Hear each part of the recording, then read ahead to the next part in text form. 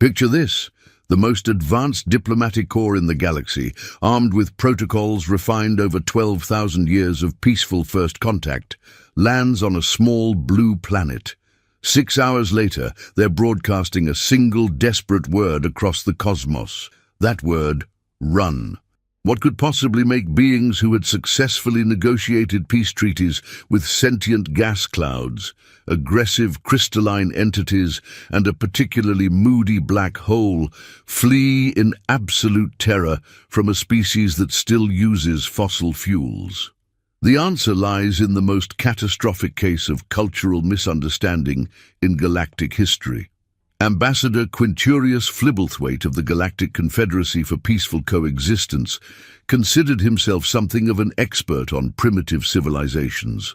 His credentials were impeccable: 300 successful first contacts, author of the definitive guide, Making Friends with Emerging Species Without Getting Yourself Killed, and holder of the coveted Golden Handshake Award for outstanding achievement in not starting intergalactic wars.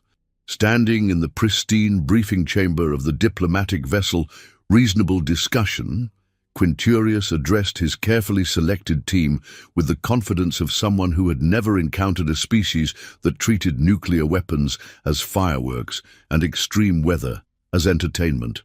"Team," he announced, his voice carrying the authority of someone whose biggest concern was usually whether to bring the good china to a peace negotiation.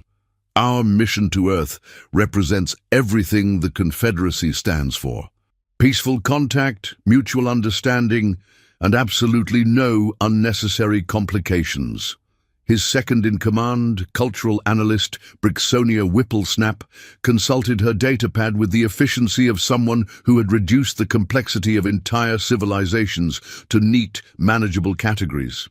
"Sir, according to our preliminary scans, the humans fit perfectly into Category 7. Technologically adolescent, but harmless. Standard peaceful approach should be more than sufficient." Dr. Mumberton Fizzlebottom, the team's xenobiologist, nodded agreement while adjusting his spectacles that had been specifically designed to make him look more approachable to primitive species. "Their biology suggests a relatively docile species, Ambassador. Bipedal, limited natural weapons, no evidence of telepathic abilities. They've even managed to avoid destroying themselves with nuclear weapons, which shows remarkable restraint for a Level 3 civilization." The third member of their delegation, communications specialist Wibbleton Snodgrass, was already running final checks on his universal translation matrix. "All systems green, Ambassador. The translator is calibrated for approximately 47,000 human languages, though our analysis suggests they primarily use something called English, which appears to be a delightfully simple communication system." Quinturius smiled with the satisfaction of someone whose plans had never encountered the particular brand of chaos that humans specialized in. "Excellent.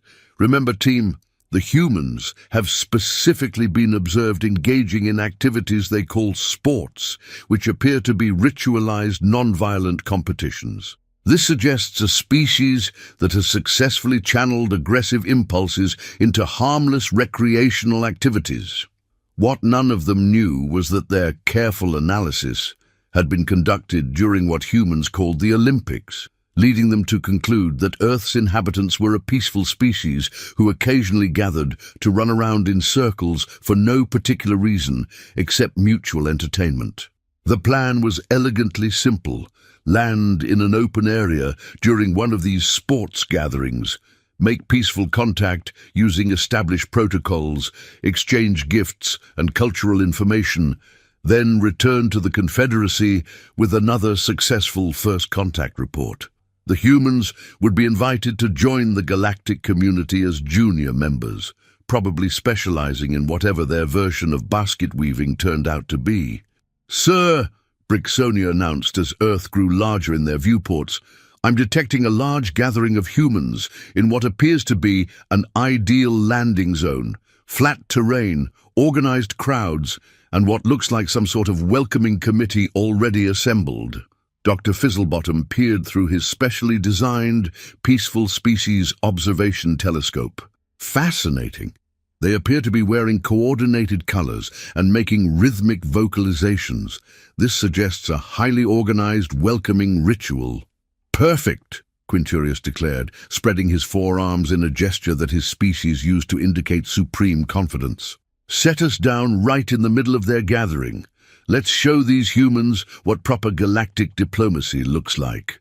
What they were actually descending toward was the World Cup final, specifically the moment when 200,000 Brazilian soccer fans were reaching peak emotional intensity over a penalty kick that would determine whether their team advanced to victory or suffered devastating defeat. The welcoming committee Brixonia had identified were actually 60,000 humans, painted in green and yellow, jumping up and down while screaming encouragement at 22 other humans who were chasing a ball around a field with the dedication of beings whose entire cultural identity depended on where that ball ended up.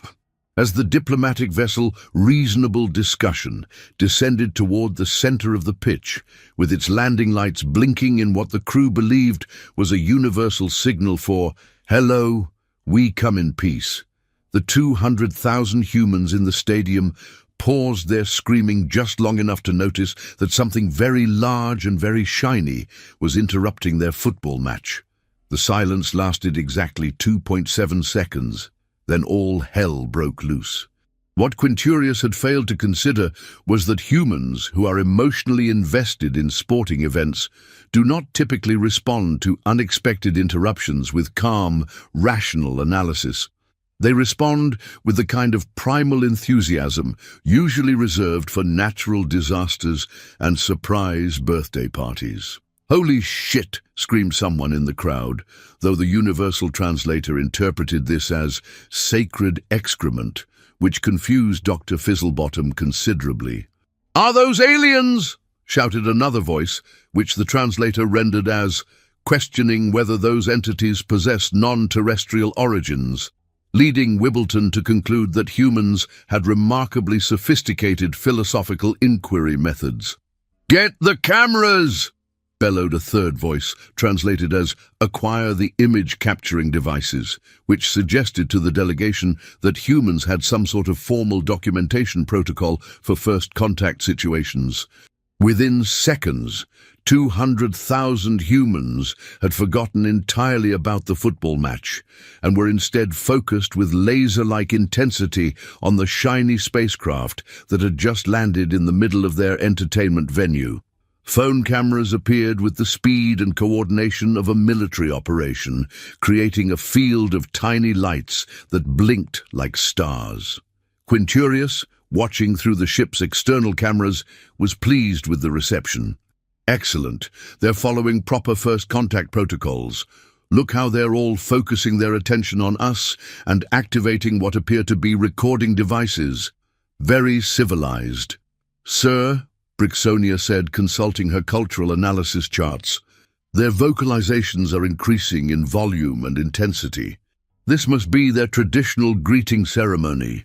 What was actually happening was that 200,000 humans were collectively losing their minds with excitement at the prospect of witnessing the first confirmed alien contact in human history. And they were expressing this excitement in the way humans traditionally express all strong emotions, by making a tremendous amount of noise. "Aliens! Real fucking aliens!" someone screamed, which the translator rendered as non-terrestrial entities, authentic copulating non-terrestrial entities. This led Dr. Fizzlebottom to conclude that humans had some sort of mating ritual involved in their greeting ceremonies. The ship's airlock hissed open, and Ambassador Quinturius stepped onto Earth soil for the first time, wearing his finest diplomatic robes and carrying the traditional gift of a crystalline sculpture that represented peace and mutual understanding between species. Behind him, his team arranged themselves in Formation 7, which was designed to appear non-threatening while maintaining proper diplomatic protocol. Quinturius raised his primary arms in the universal gesture of peaceful greeting that had worked successfully on 47 different worlds, opened his mouth to deliver the standard first contact welcome speech that he had perfected over 3 centuries of diplomatic service, and was immediately tackled by something that his briefing materials had not prepared him for. An over-enthusiastic human wearing a jersey with Ronaldinho printed on the back. "Aliens, holy shit! Actual aliens!" the human shouted, wrapping Quinturius in what the ambassador's cultural training interpreted as either a ritualistic crushing ceremony or a form of primitive medical examination. "Do you guys like football? Can you play football? Do you come in peace?" Before Quinturius could respond with the carefully prepared speech about peaceful intentions and mutual cultural exchange, 17 more humans had joined the pile, all shouting questions in Portuguese, English, Spanish, and what sounded like several languages that shouldn't exist according to their linguistic databases. "Take selfies with the aliens. Are you here for the World Cup? Do you have space weed? Can you teach us to fly spaceships? Aliens, aliens, aliens."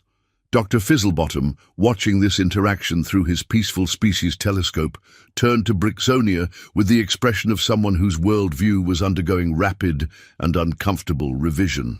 "I don't think our briefing materials adequately prepared us for this level of enthusiasm." Brixonia was frantically consulting her cultural analysis database, which was providing increasingly unhelpful information. "According to my data, this appears to be a traditional human greeting ritual involving physical contact and loud vocalizations. It's possible they're trying to determine if we're edible." "Edible?" Wibbleton squeaked, his voice cracking like a teenager facing his first job interview. "Or potentially they're attempting to establish dominance through superior volume," Brixonia continued, her voice taking on the tone of someone whose scientific certainty was rapidly dissolving. "My cultural prediction algorithms are providing contradictory data." Meanwhile, Quinturius was discovering that humans had apparently evolved a greeting mechanism that involved intense physical contact, rapid-fire questioning, and the production of what appeared to be documentation using small handheld devices that created flashing lights. Every human who approached him wanted to engage in something called a selfie, which seemed to involve pressing their faces close to his while making facial expressions that suggested either intense joy or severe digestive distress. "Ambassador," came Wibbleton's voice through the communication system, "are you experiencing cultural exchange or are you being consumed?" "Unclear," Quinturius replied, his voice muffled by what appeared to be a human child who had climbed onto his head and was attempting to determine whether his cranial appendages were real. "The humans appear to have some sort of ritualistic investigation process that involves excessive touching." What Quinturius was experiencing was the phenomenon known to humans as becoming instantly famous. Within minutes of his emergence from the spacecraft, live streams were broadcasting his image to approximately 4 billion humans around the planet. Hashtags were trending on social media platforms, and news organizations were scrambling to be the first to interview Earth's alien visitors. The problem was that humans, when excited about something, tend to express that excitement through participation rather than observation. They don't just want to see aliens, they want to interact with aliens, learn from aliens, party with aliens, and quite possibly adopt aliens as honorary members of their sports teams. "Hey!" shouted a human wearing what appeared to be the ceremonial face paint of his tribe. "Do you guys want to come to our barbecue after the match? We've got beer." "Beer?" Dr. Fizzlebottom's voice cracked through the communication system.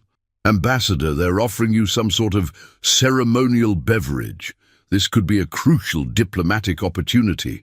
What Dr. Fizzlebottom didn't know was that beer was humanity's universal solution to social anxiety, cultural differences, and the existential crisis of making contact with alien species.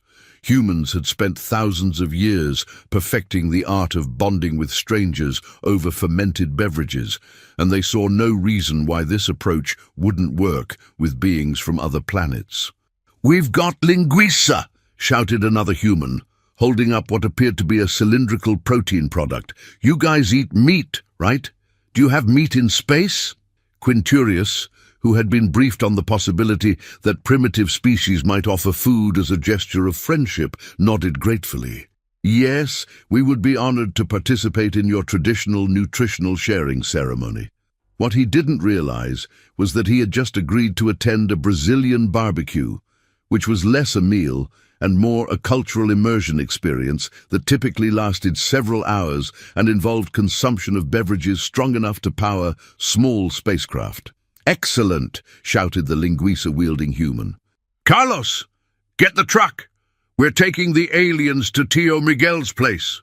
"Wait!" Brixonia's voice crackled through the communication system with the tone of someone whose careful planning was dissolving into chaos. "Ambassador, what's happening? My sensors are detecting multiple human vehicles approaching your position."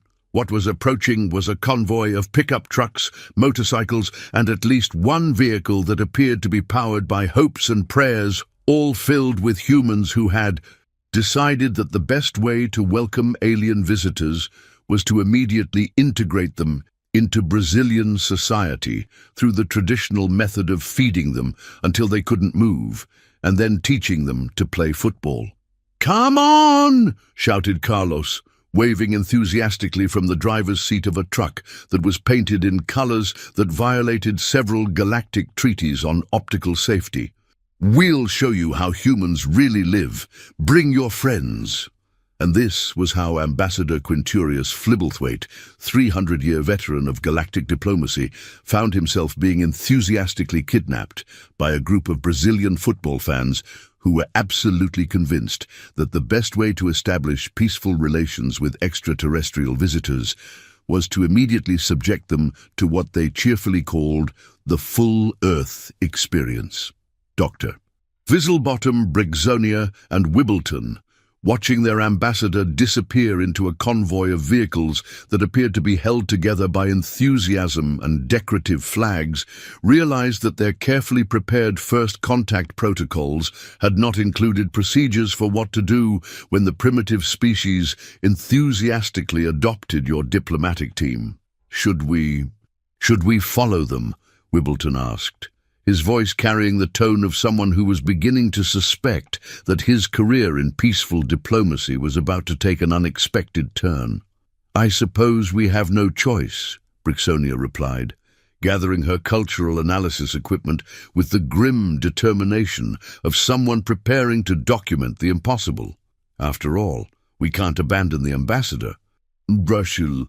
What none of them realized was that they were about to experience something that no amount of diplomatic training could have prepared them for: human hospitality, which was less a cultural practice and more a form of benevolent assault, designed to make visitors feel so thoroughly welcomed that they forgot they had ever wanted to leave.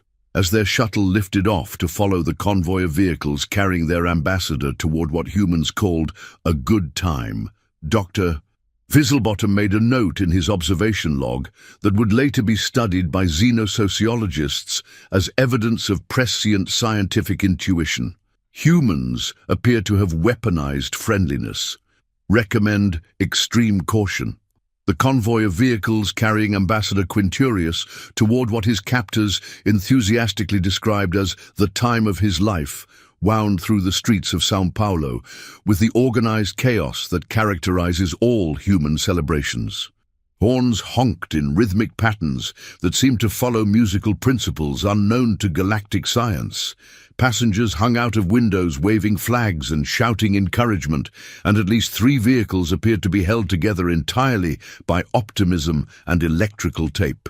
Quinturius, wedged between 2 humans who had introduced themselves as Big Paulo and Little Paulo, though both appeared to be approximately the same size, was receiving what could generously be called a crash course in human social dynamics, and more accurately described as a complete sensory assault. "So, alien guy," Big Paolo shouted over the music that was apparently being produced by every vehicle in the convoy simultaneously. "Where you from?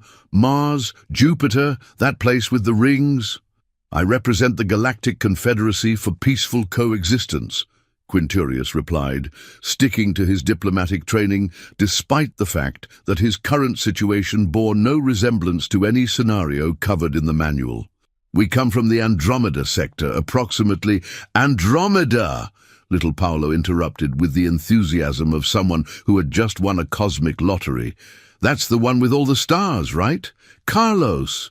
The alien guy is from the place with all the stars."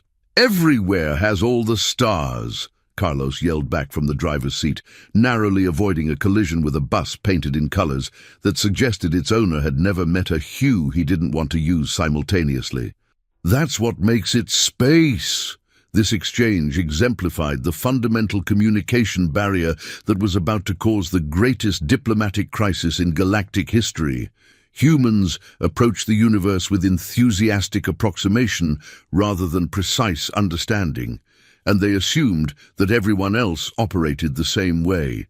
"So what do you guys eat in space?" Big Paolo continued, offering Quinturius something called a guaraná that fizzed ominously and smelled like it could strip paint. "Is it all astronaut food, those little cubes? We've got real food where we're going." Quinturius accepted the beverage with the diplomatic courtesy that had served him well in 300 first contact situations, took a cautious sip, and immediately experienced what humans called a sugar rush, and what his physiology interpreted as a chemical attack by an unknown substance that was apparently trying to reorganize his nervous system. "This is delicious," he announced, his voice reaching frequencies that made several car windows vibrate sympathetically. His species had evolved on a planet where the strongest stimulant was a mild tea-like beverage, and guaraná was essentially caffeine concentrate disguised as refreshment. "He loves it," Little Paolo announced to the convoy, which responded with honking horns and shouted approval. "Wait until you try caipirinha. It's made with cachaça." "What's cachaça?" Quinturius asked, experiencing what human teenagers knew as the consequence of consuming high-energy beverages without proper preparation. The silence that followed this question was so profound that even the convoy's music seemed to pause in respect. "He doesn't know what cachaça is," Big Paolo whispered to Little Paolo with the tone of someone who had just discovered that their new friend had been living a tragically deprived existence. "We're gonna fix that right now," Little Paolo replied, with the grim determination of someone undertaking a sacred mission. Meanwhile, Dr. Fizzlebottom was piloting their shuttle through São Paulo traffic with the careful precision of someone whose training in peaceful species observation had not included courses in operating alien technology, while avoiding collision with vehicles that seemed to be driven according to principles borrowed from chaos theory. "Ambassador," he spoke into the communication system, "please report your status. Are you experiencing cultural exchange, or have you been taken hostage?" "Both," came Quinturius's voice, pitched several octaves higher than normal. "The humans have introduced me to something called guaraná, which appears to be liquid lightning. Also, they keep asking if I play something called football, and when I explain that my species doesn't have feet, they seem to think this makes me more qualified to play, not less." Brixonia was frantically updating her cultural analysis notes with observations that challenged everything she thought she knew about primitive species behavior.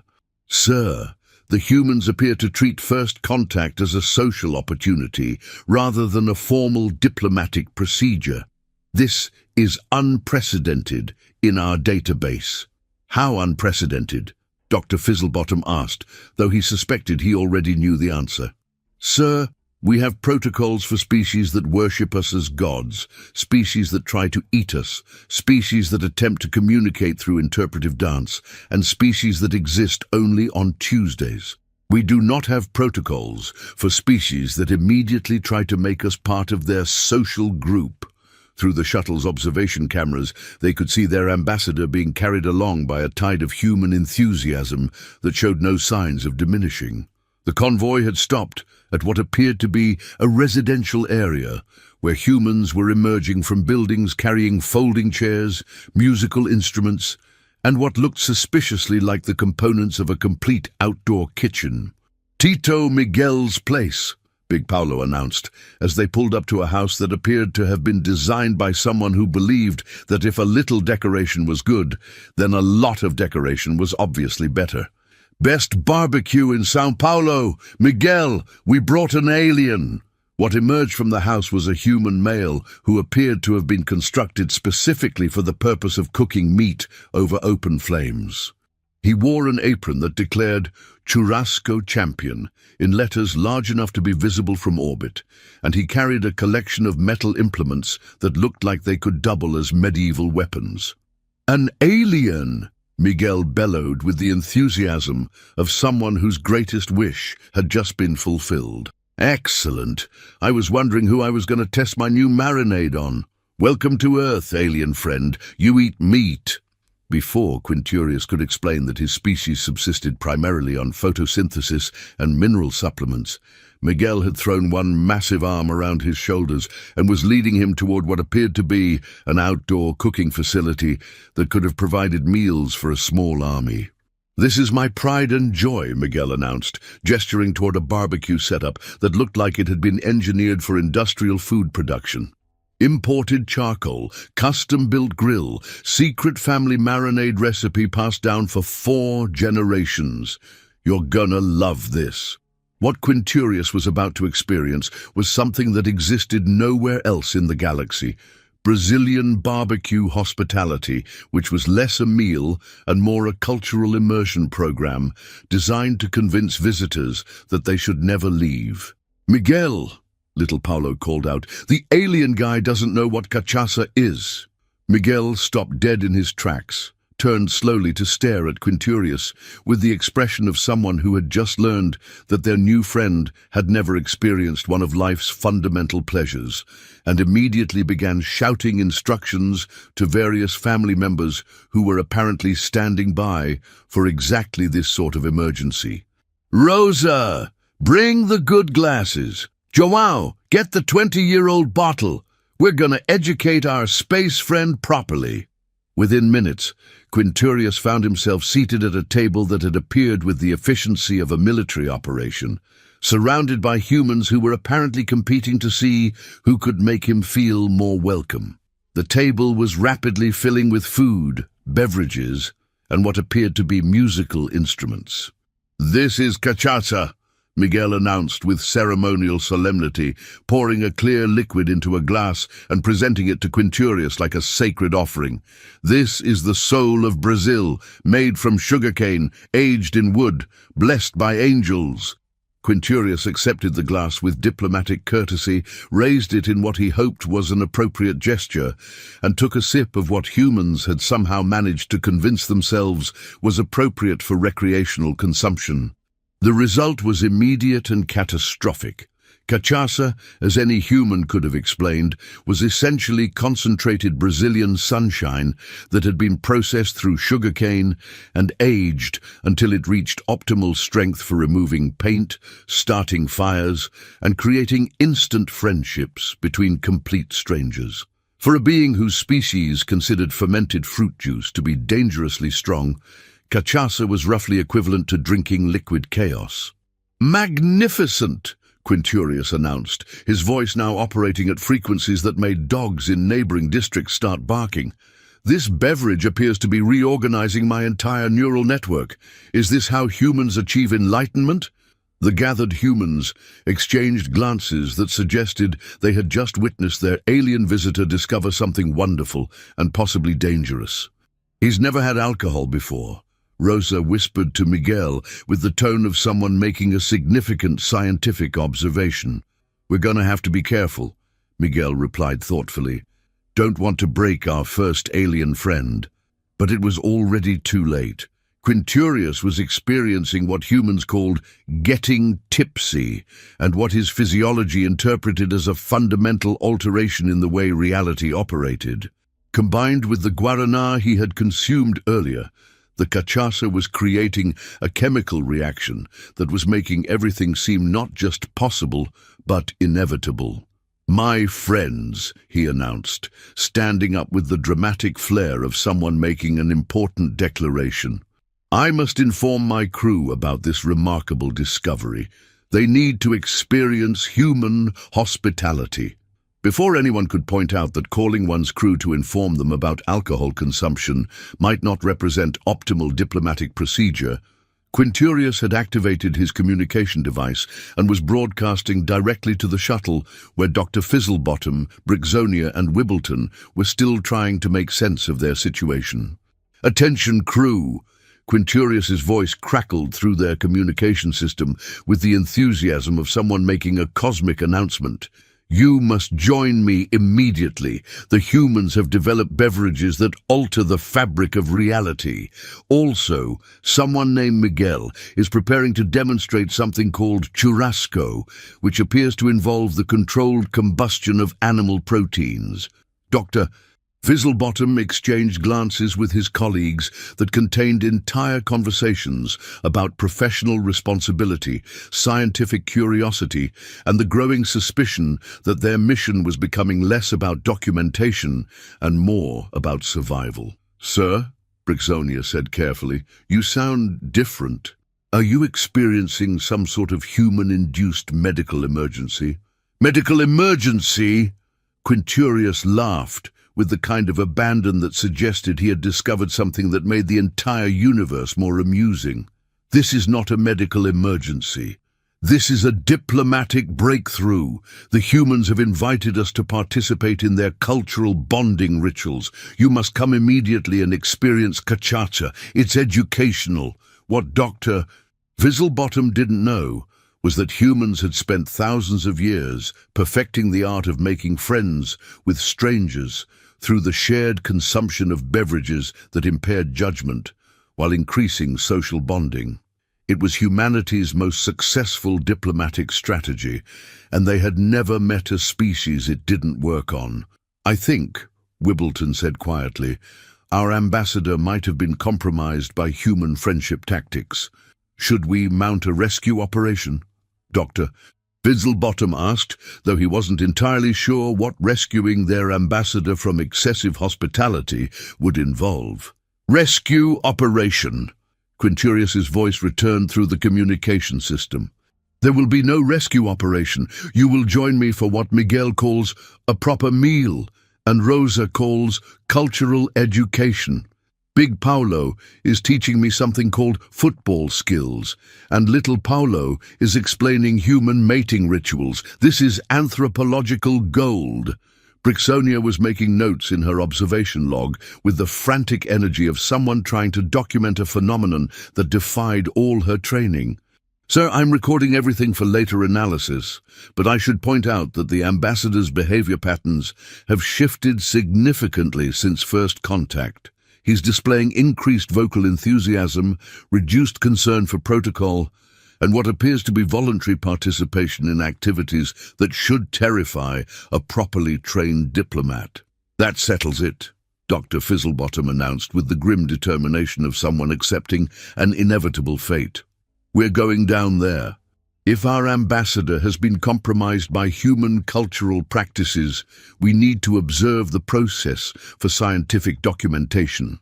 What none of them realized was that they were about to become the first galactic delegation in history to discover that humans had accidentally perfected the art of making alien contact feel like a neighborhood block party, and that this approach was far more effective than any formal diplomatic protocol ever developed.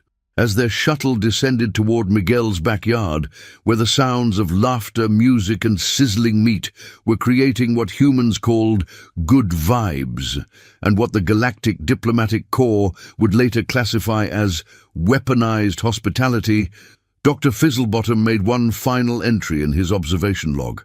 "Approaching human social gathering. Recommend updating first contact protocols to include warnings about excessive friendliness and possibly alcohol poisoning.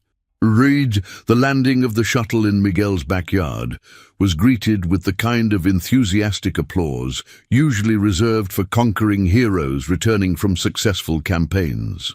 The assembled humans, who now numbered approximately 40 and seemed to include representatives from every age group and several different species of domestic animal, treated the arrival of 3 more aliens as confirmation that their barbecue had achieved legendary status. "More space friends," Miguel announced, waving his barbecue tongs like a triumphant sword. "Excellent! I was worried we didn't make enough food." Dr. Fizzlebottom emerged from the shuttle with the careful precision of someone entering what might be either a diplomatic reception or a trap disguised as entertainment. Behind him, Brixonia clutched her cultural analysis equipment like a shield, while Wibbleton carried his communication devices with the expression of someone who suspected he might need to call for emergency evacuation at any moment. "Welcome!" called a human woman who appeared to be coordinating the social logistics of the gathering. "I'm Rosa. You must be the ambassador's crew. We've heard so much about you." This was concerning for several reasons, not least of which was that they had been on Earth for less than 3 hours and had apparently already become the subject of human gossip networks. "Ah, yes," Dr. Fizzlebottom replied, attempting to maintain diplomatic decorum while being enthusiastically welcomed by beings who treated first contact like a neighborhood cookout. "We are here to retrieve our ambassador and continue with our peaceful observation mission."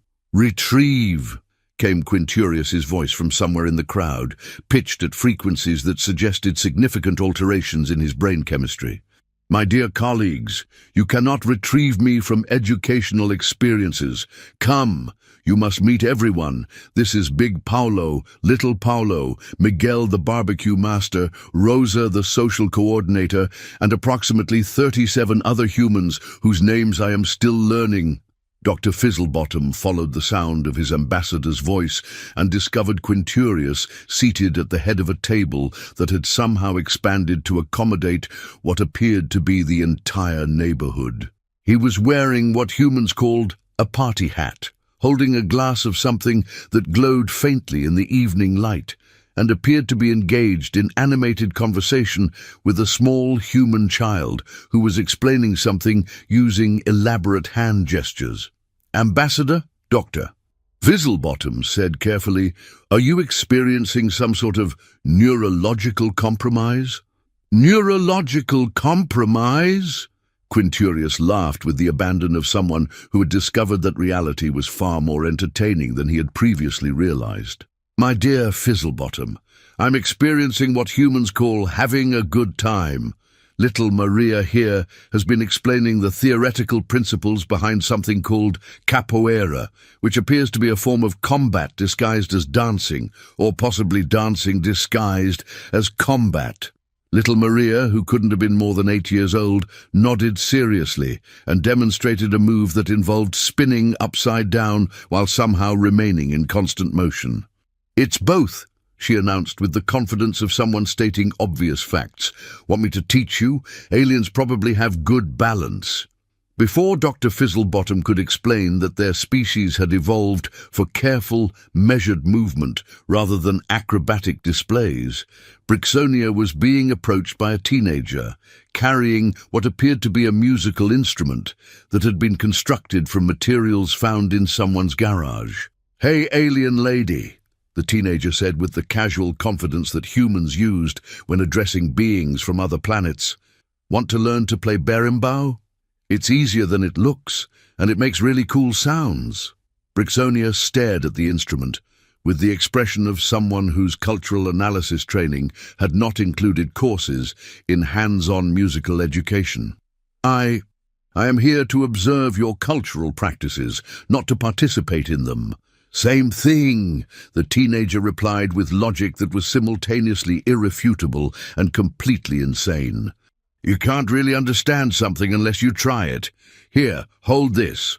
And this was how Brixonia found herself holding a musical instrument that consisted of a wooden bow, a metal string, and a gourd that was apparently supposed to produce sound when struck in specific ways that required coordination between 3 different appendages. "I don't think this is appropriate for scientific observation," she protested weakly, even as the teenager began demonstrating proper technique with the patient enthusiasm of someone who had taught this skill to dozens of cousins and was delighted to add an alien to her list of students. Meanwhile, Wibbleton was discovering that humans had apparently decided that his communication equipment was fascinating and had gathered around him to ask detailed questions about how it worked, whether it could receive Earth television signals, and if he could use it to call other aliens so they could invite them to the barbecue too. "Can you talk to Mars with that thing?"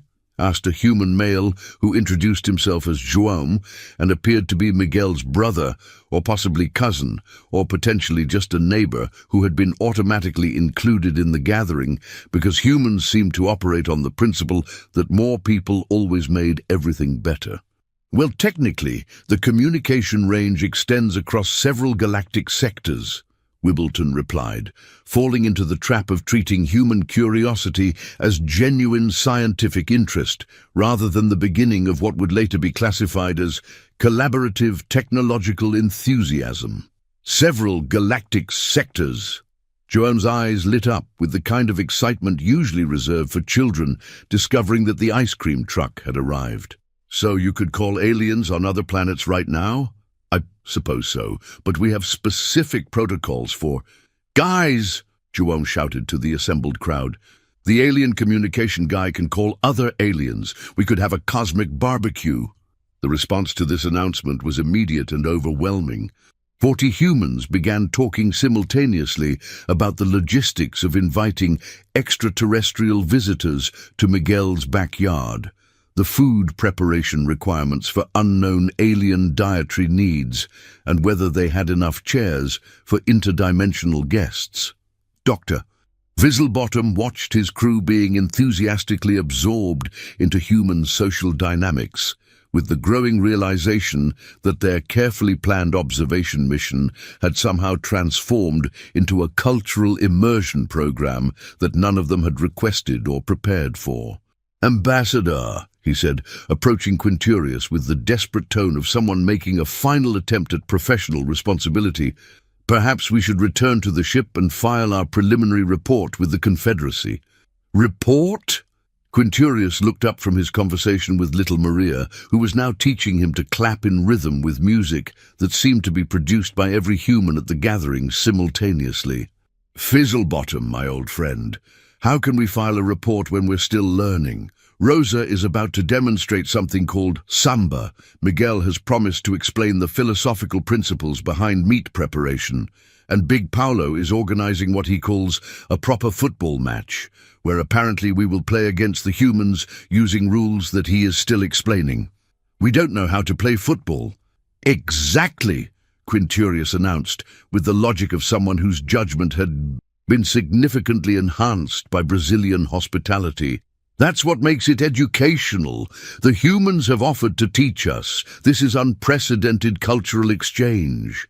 Dr. Fizzlebottom looked around at his crew and his ambassador, all of whom were being systematically integrated into human society through methods that had never been covered in any diplomatic training manual. Brixonia was now producing recognizable sounds from her musical instrument, while a crowd of humans clapped encouragement. Wibbleton was sketching diagrams of communication technology while surrounded by humans, who were suggesting modifications that would allow the device to receive football match broadcasts from other planets. And Quinturius was learning to dance. "The key," little Maria explained with the patience of someone who had clearly taught this skill before, "is to move like the music is talking to your feet. Don't think too much." "Don't think too much," Quinturius repeated, swaying in patterns that defied several laws of physics and most principles of dignified diplomatic behavior. "This is revolutionary advice. In galactic diplomacy, we are trained to think about everything constantly." That sounds exhausting, Maria replied with the wisdom of 8-year-old humans everywhere. No wonder aliens always look so serious in movies. Dr. Fizzlebottom realized that he was witnessing something that would fundamentally change how the galaxy understood human civilization. They weren't just friendly, they were aggressively inclusive. They didn't just welcome strangers, they immediately began the process of turning strangers into family members through a combination of food, music, alcohol, and the kind of enthusiastic acceptance that made resistance futile. "Sir," he said, making one final attempt at maintaining some semblance of professional protocol, "I really think we should consider returning to the ship to process what we've learned." "Learned?" Miguel appeared beside him, carrying a plate loaded with enough grilled meat to feed a small army. "You haven't learned anything yet. You haven't tried the linguiça. You haven't experienced proper churrasco. You haven't learned to play football. Rosa, bring chairs. Our space friends need to eat." Before Dr. Fizzlebottom could explain that his species had specific dietary requirements that probably didn't include charred animal proteins. He was seated at the table with a plate of food that smelled like it had been blessed by deities he had never heard of. And Rosa was explaining that the secret to good barbecue was love, garlic, and just enough beer to make the meat happy. "Beer makes meat happy?" Dr. Fizzlebottom asked, his scientific curiosity overwhelming his diplomatic caution. "Everything is happier with a little beer," Rosa replied, with the confidence of someone stating fundamental natural laws. "Animals, vegetables, aliens, especially aliens. Here, try this cachaça. It's made from sugarcane." And this was how Dr. A.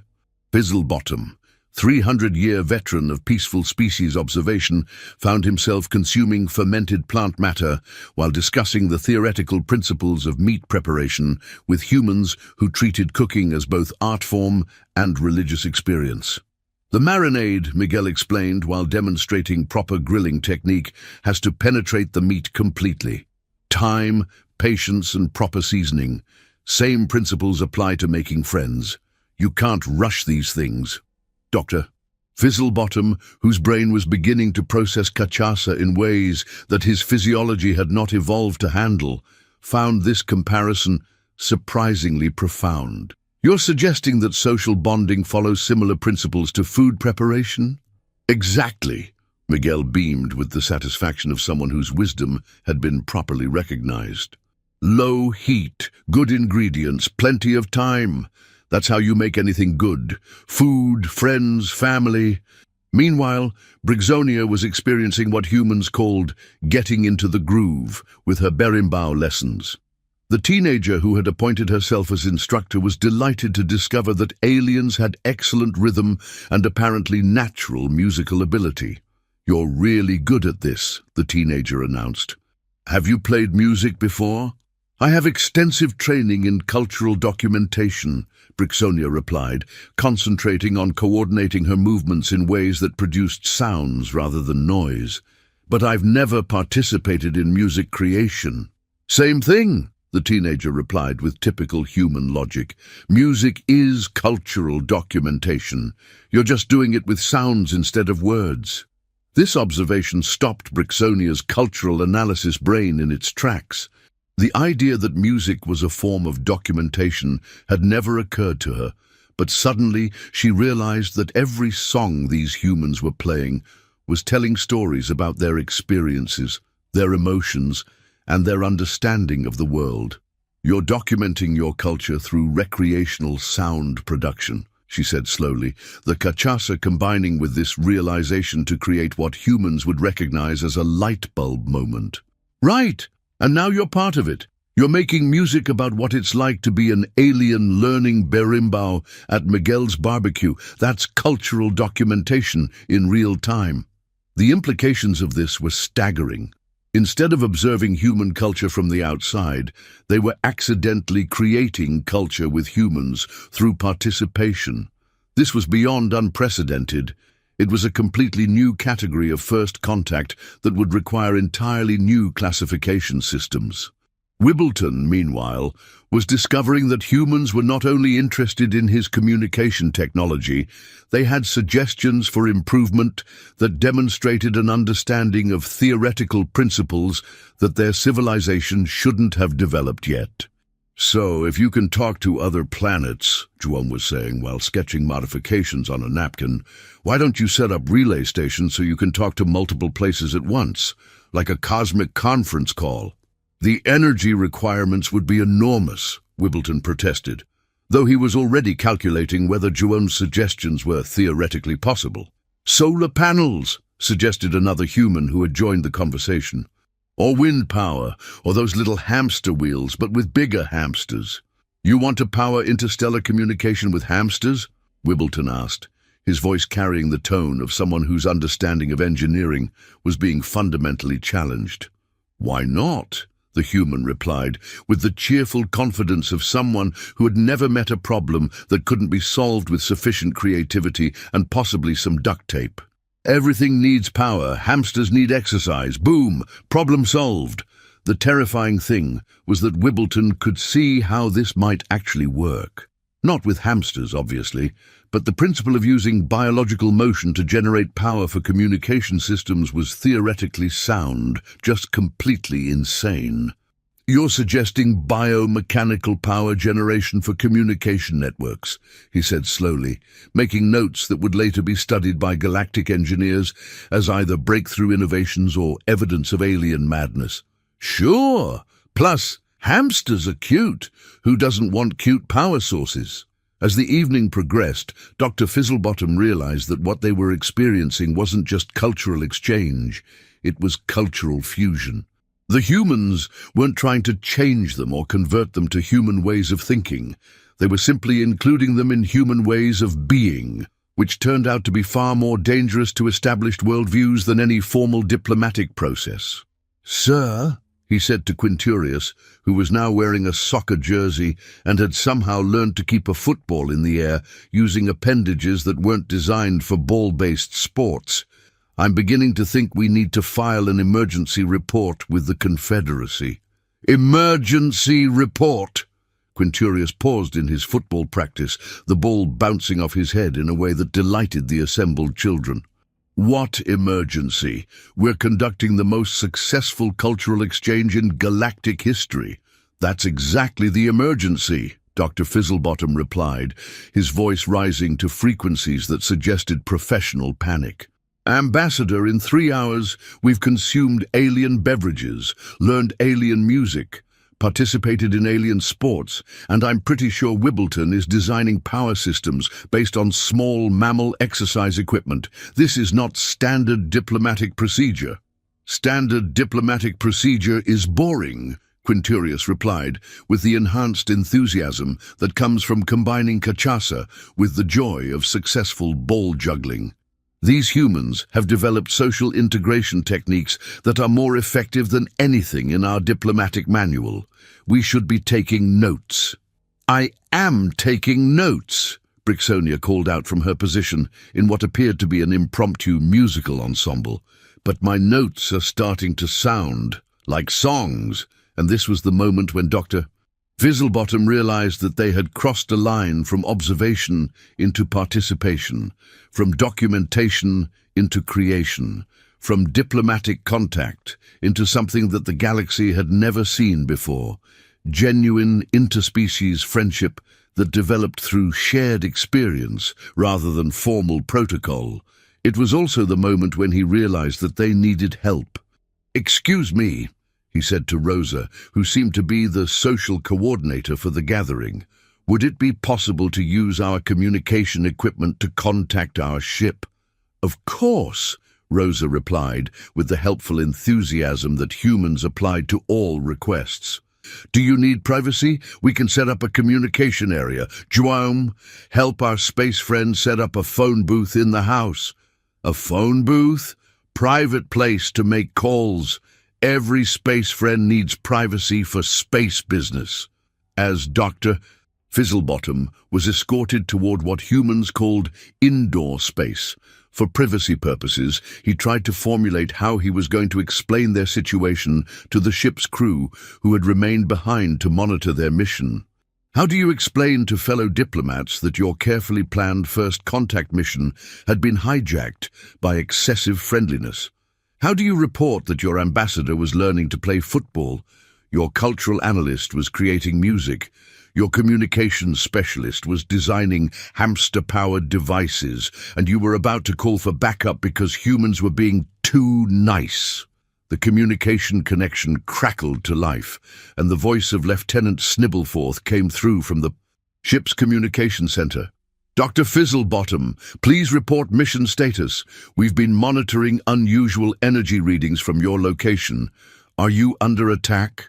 Dr. Fizzlebottom looked back through the window at the backyard where his colleagues were enthusiastically participating in what appeared to be a group dance lesson, while 40 humans clapped encouragement and shouted helpful suggestions. Lieutenant, he said slowly, choosing his words with the care of someone about to report something that would be difficult to believe, we are not under attack. We are experiencing something far more dangerous. More dangerous than attack? Sir, please clarify.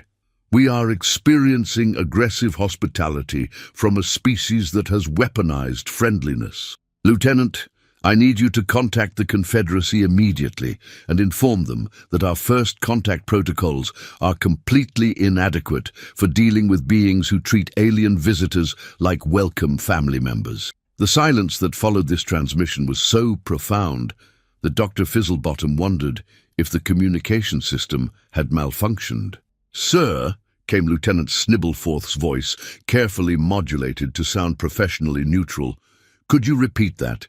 It sounded like you said the humans have weaponized friendliness. Affirmative, Lieutenant. They have developed social integration techniques that bypass all our defensive protocols by making resistance emotionally impossible. We came here to observe them, and instead they have made us part of their social group through methods that include food, music, alcohol, and what appears to be genuine care for our well-being. Another pause. Longer this time. Sir, are you requesting evacuation? Dr. Fizzlebottom looked back at his colleagues. Quinturius was teaching a group of children some sort of alien dance that involved movements from his home planet, while they taught him soccer tricks that should have been impossible for his anatomy. Brixonia was leading a musical group that had somehow incorporated traditional human instruments with vocal techniques from her species. Wibbleton was surrounded by teenagers who were helping him build what appeared to be a communication device, designed according to principles that combined alien technology with human creativity. Negative, Lieutenant. I am requesting that you warn the Confederacy that Earth represents a new category of first contact scenario. These humans don't just accept alien contact, they immediately begin collaborative cultural creation that results in genuine interspecies friendship. Sir, is that bad? Lieutenant, it's terrifying. In 6 hours, they've made us care about them more than 3 centuries of formal diplomatic training have made us care about any other species. They're not just friendly, they're infectious. We like them, Lieutenant. We want to help them succeed. We want to be part of their community. And that's terrifying because it works, Lieutenant. These humans have developed the most effective diplomatic strategy in galactic history, and they don't even know it. They're not trying to impress us or manipulate us or gain advantage over us. They're just including us in their normal daily life, and it turns out that normal human daily life is more engaging and enjoyable than most species' formal celebrations. Through the window, he could see Miguel approaching with a plate of food and a concerned expression, clearly worried that their alien friend might be hungry or experiencing some sort of communication emergency that required nutrition support. Lieutenant, I'm going to continue documenting this phenomenon, but you need to warn the Confederacy that standard first contact protocols are not just inadequate for humans, they're counterproductive, Any species that approaches Earth with formal diplomatic procedures is going to be immediately overwhelmed by human friendliness and end up staying for dinner. Staying for dinner? It's a human expression, Lieutenant. It means becoming part of their social group through shared food consumption and voluntary cultural participation. And, Lieutenant? Yes, sir? Update the Earth file. Threat level should be classified as existentially dangerous to formal diplomatic protocols, with a subclassification of will make you question everything you think you know about interspecies relations. Roger that, sir. Anything else? Doctor. Fizzlebottom looked back at the gathering where his diplomatic mission had transformed into what humans would recognize as the best international barbecue in São Paulo history. Yes, Lieutenant. Send my compliments to the ship's chef and inform him that when we return, I'm going to teach him everything Miguel has taught me about proper meat preparation. Also, requisition learning materials for something called Capira and find out if our recreation deck can be modified for football practice. Sir, are you feeling all right? Lieutenant, I'm feeling better than I have in 300 years of diplomatic service, and that's exactly why this is an emergency. As Dr. Fizzlebottom ended the communication and prepared to return to the gathering, he reflected on the cosmic irony of their situation.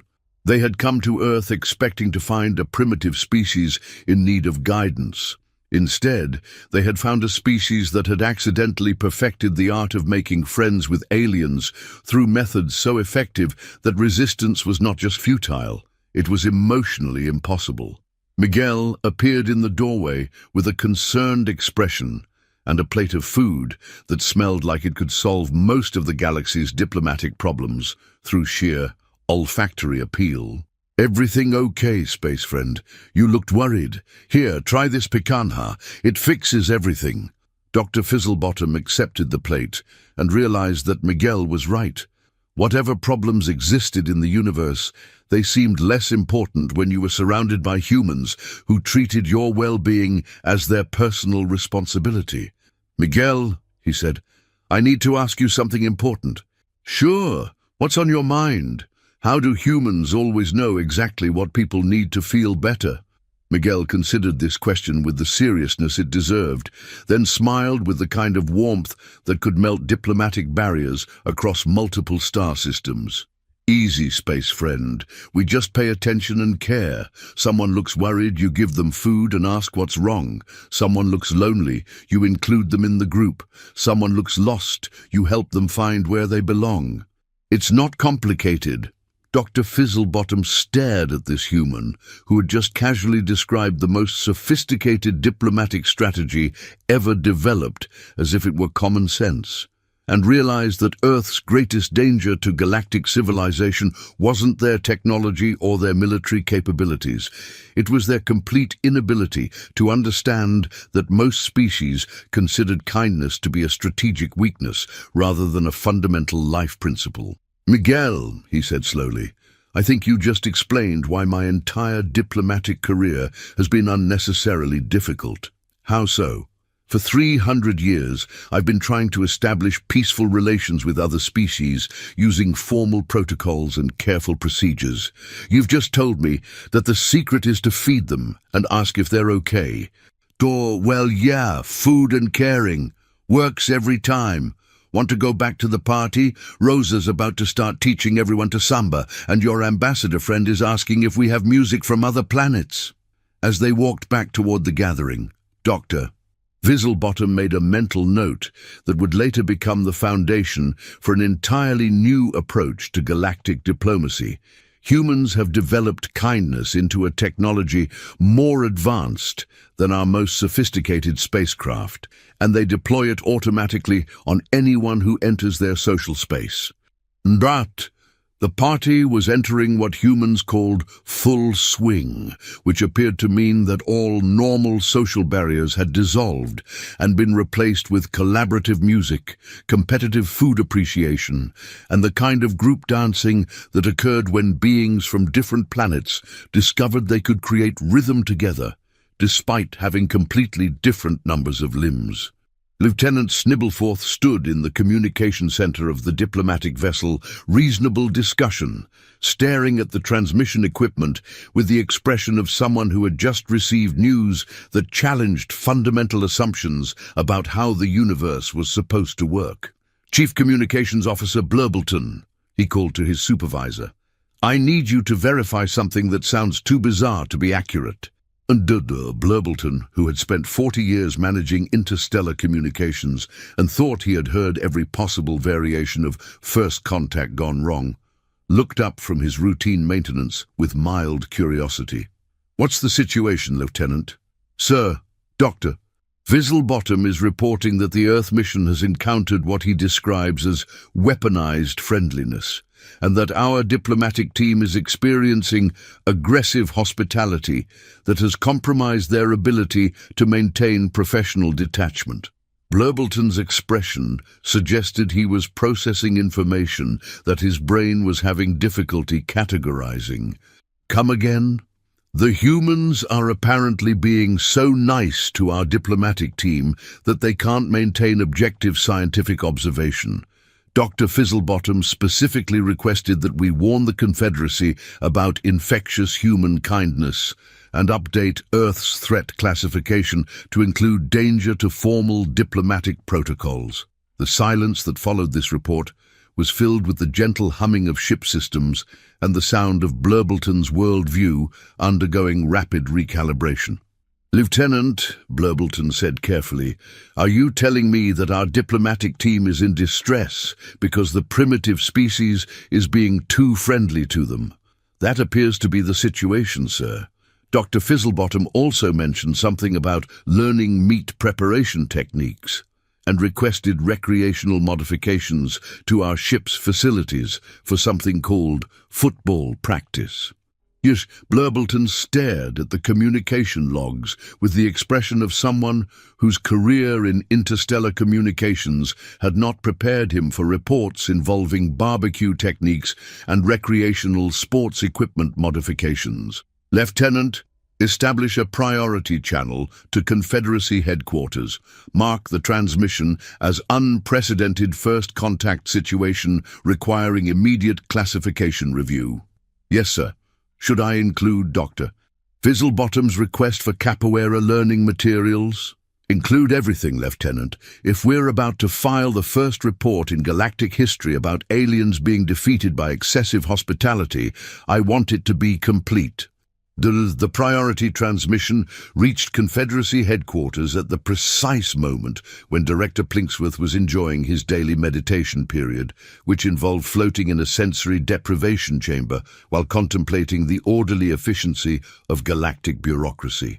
The emergency communication alarm that interrupted this meditation was calibrated to activate only for events that threatened the fundamental stability of interstellar civilization.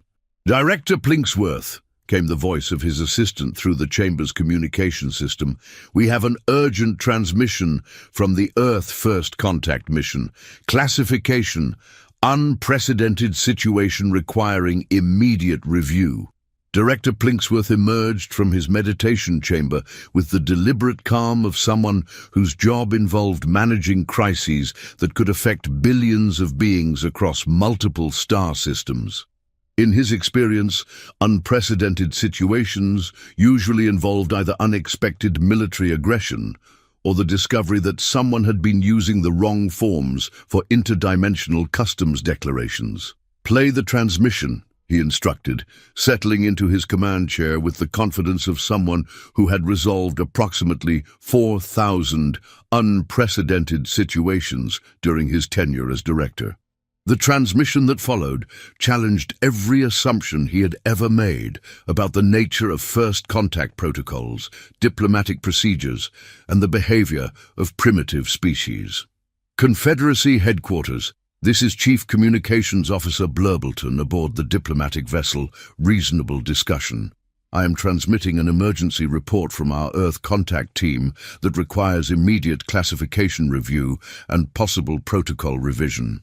Director Plinksworth activated his recording systems and prepared to document another routine diplomatic complication. Our ambassador and contact team report that initial peaceful contact with Earth humans has resulted in what Dr. Fizzlebottom describes as complete integration into human social structures through methods that bypass all established defensive protocols. Whereas the team reports that they are unable to maintain objective scientific observation due to what the ambassador characterizes as infectious human kindness that makes resistance emotionally impossible. Director Plinksworth paused the transmission and replayed this section twice to make sure he had heard correctly. Furthermore, the transmission continued, Dr. Fizzlebottom reports that humans have developed what he terms friendliness as a technology that is more effective than our most sophisticated diplomatic procedures. The contact team is requesting backup, not for evacuation, but for expanded cultural documentation of what they describe as the most successful diplomatic strategy in galactic history, deployed by beings who don't realize they're using it. Director Plinksworth felt his understanding of diplomatic science undergo fundamental revision in real time. Additional details include humans immediately incorporated our diplomatic team into social activities involving food preparation, music creation, and recreational sports. Ambassador Quinturius reports learning something called football skills, while teaching humans traditional dance from his home planet. Cultural analyst Brixonia is participating in collaborative music creation. Communications specialist Wibbleton is designing power systems based on human suggestions that violate several engineering principles while somehow remaining theoretically sound. The transmission paused, allowing Director Plinksworth to process information that challenged everything he thought he knew about how primitive species were supposed to behave. Dr. Fizzlebottom specifically requests that Earth's threat classification be updated to existentially dangerous to formal diplomatic protocols, with the notation that any species approaching Earth with formal procedures will be immediately overwhelmed by human friendliness and end up staying for dinner. He also requests learning materials for something called capoeira and modifications to our recreation facilities for football practice. Director Plinksworth stopped the transmission and sat in silence for several minutes, contemplating the implications of a species that had accidentally weaponized hospitality to the point where trained diplomats were requesting recreational facility modifications.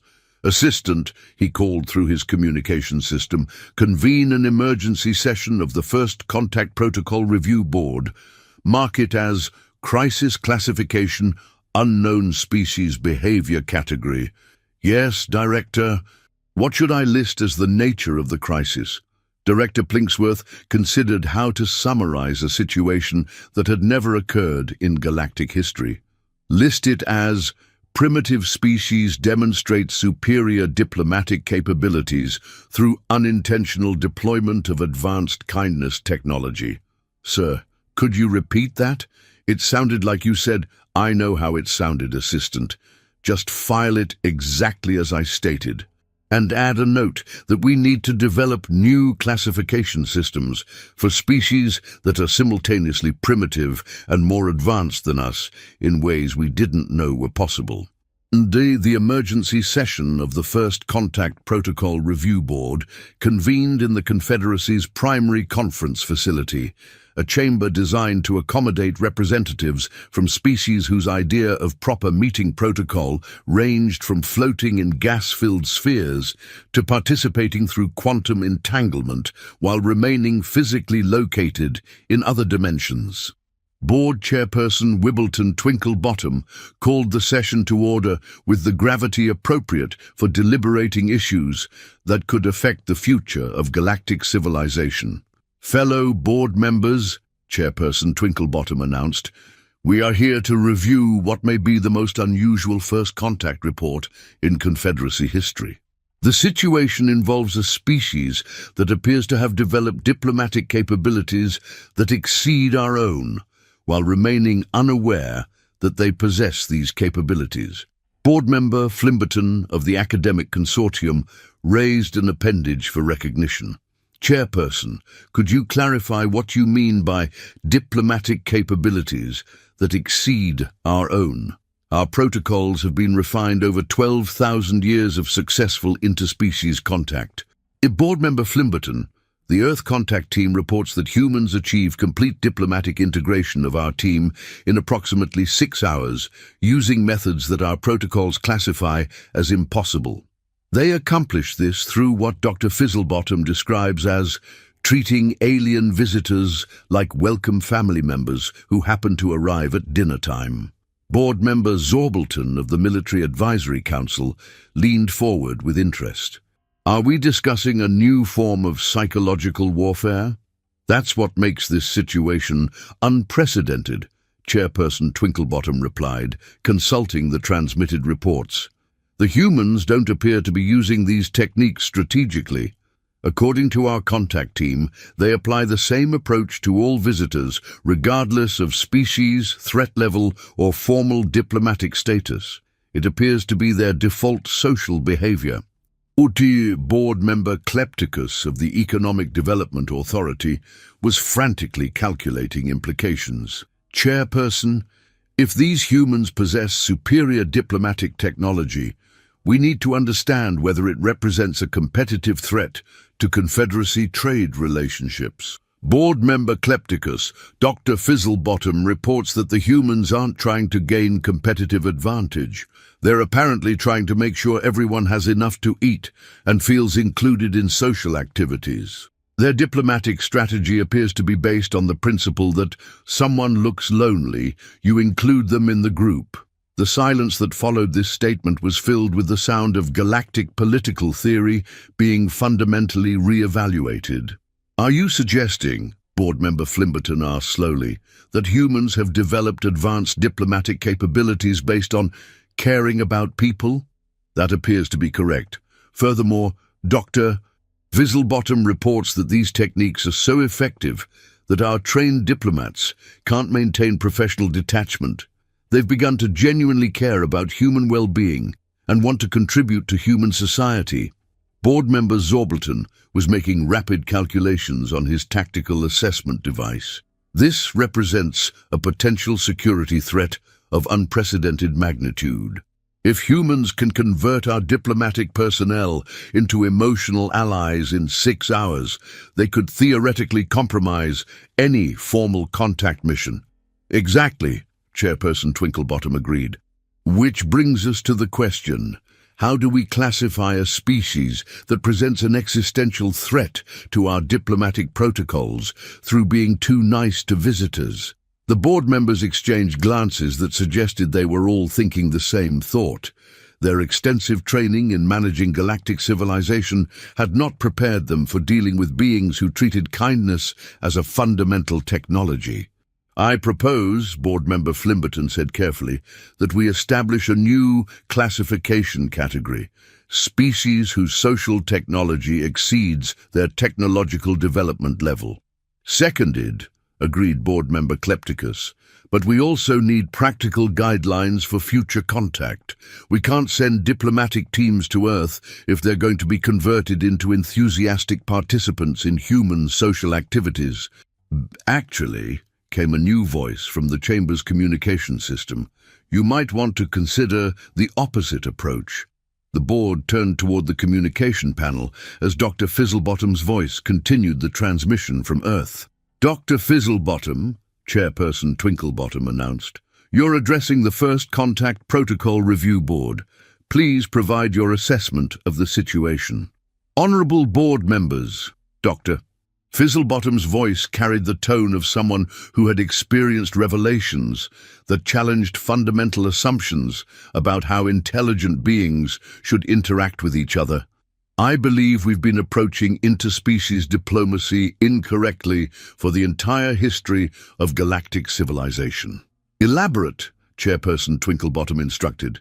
For 12,000 years, we've developed protocols based on careful formal procedures designed to minimize risk and maintain professional boundaries. The humans have demonstrated that these protocols are not just unnecessary, they're counterproductive. Their approach produces better results in hours than our approach produces in decades. Board member Zorbleton leaned toward the communication panel. Dr. Fizzlebottom, are you suggesting we abandon 12,000 years of diplomatic development in favor of techniques used by a primitive species? Board member Zorbleton, I'm suggesting that humans aren't primitive. They've developed social technology that is more advanced than our most sophisticated political systems. They've just never formalized it because they assume it's obvious that you should be nice to visitors and make sure everyone has enough to eat. The implications of this statement resonated through the chamber like a sonic boom in a library. Dr. Fizzlebottom, Chairperson Twinklebottom said slowly, are you recommending that the Confederacy adopt human diplomatic methods? Honorable Chairperson, I'm recommending that we ask humans to teach us their methods. In 6 hours, they've created more genuine interspecies understanding than I've achieved in 300 years of formal diplomatic service. And they did it by treating us like family who happened to show up for dinner. Board member Flimberton was consulting his academic databases with increasing bewilderment. Dr. Fizzlebottom, our analysis suggests that treating strangers like family should result in chaos, exploitation, and social instability. How do humans make this approach work? Board member Flimberton, humans apparently operate on the assumption that most beings are fundamentally decent and that kindness tends to encourage kindness in return. It turns out they're right. But what about species that abuse kindness? What about aggressive cultures? What about beings who interpret friendliness as weakness? Dr. Fizzlebottom's voice carried the confidence of someone who had personally witnessed the impossible. Board member Flimberton, I've spent 6 hours with humans who treated 4 unknown aliens as honored guests, despite having no idea what we wanted or whether we represented a threat. Their approach didn't make them vulnerable. It made us protective of them. We're not trying to exploit their kindness. We're trying to figure out how to deserve it. The silence that followed this statement was the kind that occurs when fundamental assumptions about the nature of intelligent behavior are revealed to be cosmic-scale misunderstandings. Dr. Fizzlebottom, Chairperson Twinklebottom said finally, what do you recommend as our next course of action? I recommend that we send a cultural learning mission to Earth with instructions to study human social technology and determine how their methods can be adapted for galactic diplomacy. Also, I recommend that we bring really good gifts, because humans appreciate thoughtful presence and we want to make a good impression on our teachers. Our teachers? Honorable Chairperson, in 6 hours these humans have taught me more about effective diplomacy than 3 centuries of formal training. If we're going to learn their methods, we need to accept that we're the students in this relationship. Board member Klepticus was frantically updating his economic models. Dr. Fizzlebottom, if humans possess superior diplomatic technology, what do they want in return for teaching us? Board member Klepticus, that's the most remarkable part. They don't want anything except for us to enjoy ourselves and feel welcomed. They're teaching us their social technology because they assume that's what friends do for each other. They consider us friends? Board member Klepticus, they considered us friends approximately 30 minutes after we met them. Ambassador Quinturius is now wearing a soccer jersey with his name printed on it in Portuguese, and Miguel the barbecue master has invited our entire crew to his daughter's wedding next month. His daughter's wedding.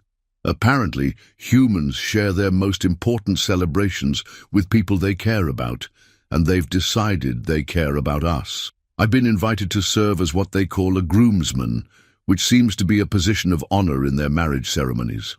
The board members absorbed this information with the growing realization that they were dealing with a species so fundamentally different from everything they understood about intelligent behavior that new categories of existence might need to be developed. Dr. Fizzlebottom, Chairperson Twinklebottom said, I'm authorizing an extended cultural study mission to Earth. Your team will remain on planet to document human social technology and determine how their methods can be integrated into Confederacy diplomatic protocols. Thank you, Honorable Chairperson. One additional request. Could we get approval for some basic trade agreements? The humans are very interested in our technology, and they've offered to share their recipes in exchange for information about space travel. I think there's tremendous potential for mutual benefit. Recipes, cooking techniques, Honorable Chairperson. Miguel has developed food preparation methods that are more sophisticated than most of our chemistry laboratories, and he's willing to teach them to anyone who promises to use the knowledge responsibly and always invite people to share meals. Board member Flimberton was now making notes at a rate that suggested either breakthrough scientific discovery or complete academic breakdown. Dr. Fizzlebottom, are you suggesting that humans have developed advanced chemistry through cooking? Board member Flimberton, humans have developed advanced everything through the assumption that knowledge should be shared with anyone who's interested in learning. They've turned information exchange into a form of social bonding. We could learn things from them that would advance Confederacy science by centuries, and all they want in return is for us to be friends and appreciate good food. No, Dr. Fizzlebottom, Chairperson Twinklebottom said, please extend our formal gratitude to your human hosts and inform them that the Confederacy would be honored to establish ongoing cultural exchange programs with Earth. Honorable Chairperson, Miguel asks if you'd like to join us for dinner tomorrow. He's making something called feijoada, which apparently takes 2 days to prepare properly and represents what he calls the soul of Brazilian cuisine. And he says anyone who wants to understand humans should start with understanding their food. He's inviting the entire board to dinner? He's inviting anyone who wants to come, Honorable Chairperson. That's how humans operate. There's always room for one more at the table.